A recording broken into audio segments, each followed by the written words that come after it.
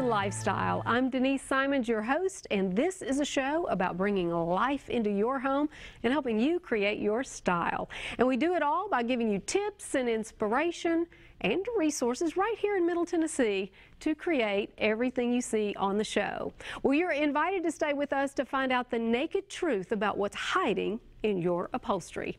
David Walker of Mario and Mariolena is going to talk about custom design upholstery, and he's going to start with the frame, and then we're going to work up with the springs and the down and everything that goes with it. We're also going to reveal one of the custom pieces that I created. They liked it so much they put it in the line and they called it Simone. Oh, I really like that. And who won the $10,000 kitchen cabinet makeover? Well, if you're lucky enough to be watching us on Monday, there's still a chance for you to win. Victor Zhu is here from ProCraft Cabinetry, and he's going to be talking about how you can still get those votes in. Now, remember, we are going to reveal the winner on our show, and we're going to show the before and after makeover. I'm so excited about that. And Melinda Dupree is also here with ProCraft, and she says that customizing your kitchen is easy, and she's going to show us how. Also, there's some must-haves that you've got to put on your list. We'll be talking about all of that. Well, you know we love projects for the home, but what about for our pets, our little furry friends? Well, take a look, because Irlene Mandrell is going to give us some tips.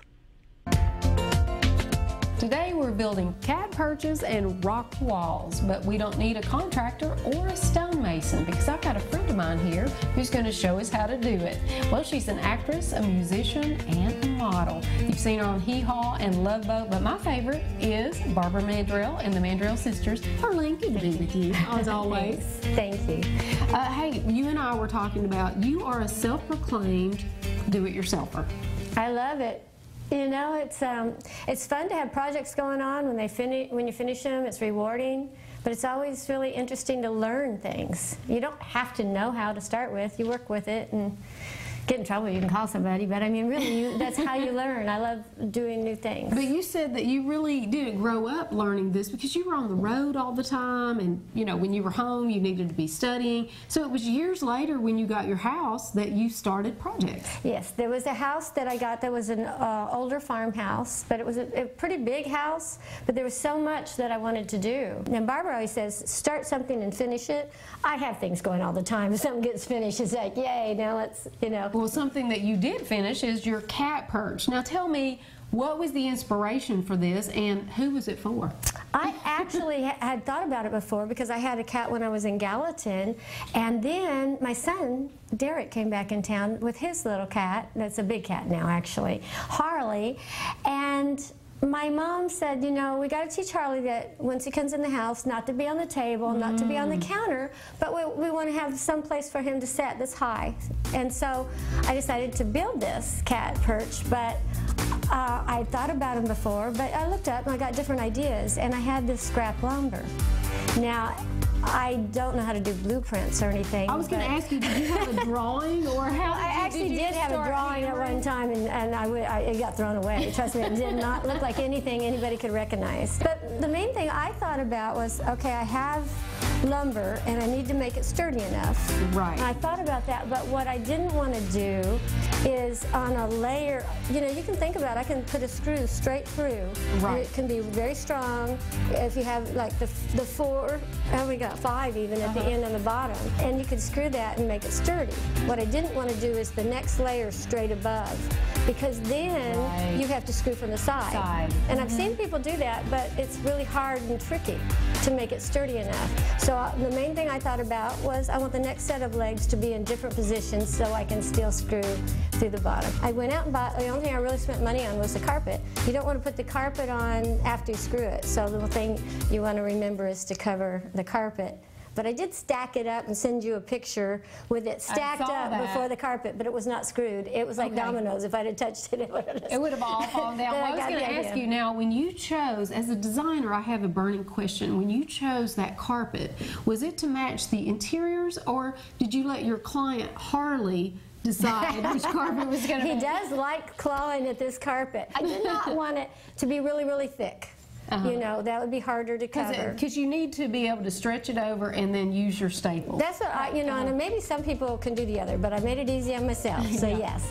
And the other thing was, there was just a roll of this carpet that was on sale. It was like $15 for this whole thing, and yet it seemed just perfect for molding. So it just worked out. Well, you did a great job, and as we can see, Harley absolutely loves it. Now, you've got another project that I want to talk about as well. Okay. So, Irlene, you recently built a rock wall. Now, that was a big undertaking. What was the inspiration for that? It's at Louise's house, and it was, Louise came to me and she said, you know, outside of the bedroom window, I have, you know, off to the right she has the Cumberland River. It's a beautiful view, but this one section right outside the window, there really wasn't anything. So she said, I'm thinking about putting a rock wall and like some flowers and stuff like that, and wanted me to help her. And she said, but it goes down right where I want it. It slopes. It's where the hill is, and it slopes way down. So she had to figure out a way to build the rocks from down low first, and then start making them even as you come around. You're building on the lowest end and then work your way up. Right. Well, that would be unusual. I mean, you would think you would start on the other, but that's opposite. Well, yeah, and what was really neat about it was you had to work where it comes down quite a ways, but you didn't have to go all the way around with rocks for a while. Right. You know, but, you know, where there's certain areas that you come up to the dirt, you might have to dig the dirt to make it even, and then lay, and then when it comes even with the ground, you just put your next one from there. You don't even have to dig right there. So it was really nice when we'd come up even with the ground, and then the layers would start getting even. There was some digging. Look really heavy. They were 50-pound rocks. 50-pound rocks. Now, did someone deliver them to the site, or did you all? She had them delivered, and she actually, I have to confess, I was supposed to be there. I had been planting some fruit trees for my mom and grapes and stuff, and using the hoe and all that, and I don't normally have too bad of back problems, but just at that time, and it sounds like an excuse, but I'm like, I'm so sorry I can't make it for the unloading of the 50-pound rock.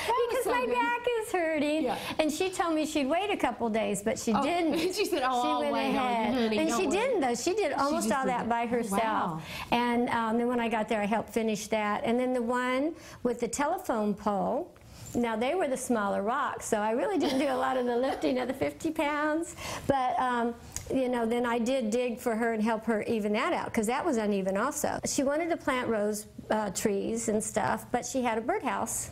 And then with the telephone post, she was afraid. She's like, I need to put this far enough. How far? If a snake decided to climb that telephone pole, how far can he reach out where he cannot get over to the birds? Oh, right. I wouldn't have thought of that, but she's right.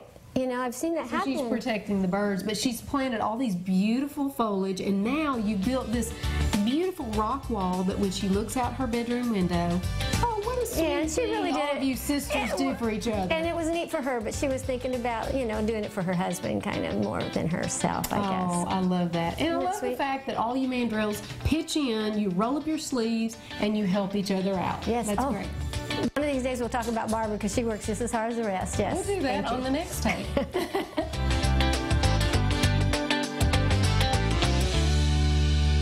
You know, I love Irlene. She is just one of those down-to-earth, fun, funny people. I really enjoy talking with her. Well, coming up, who do the Obamas, the NBA players, and designers trust with their custom upholstery? Well, that would be Mario and Marielena, and we'll be talking with David when we come back. And who is going to win the $10,000 kitchen cabinet makeover? Well, we can't wait, and we're going to talk to ProCraft coming up, so you come back with us.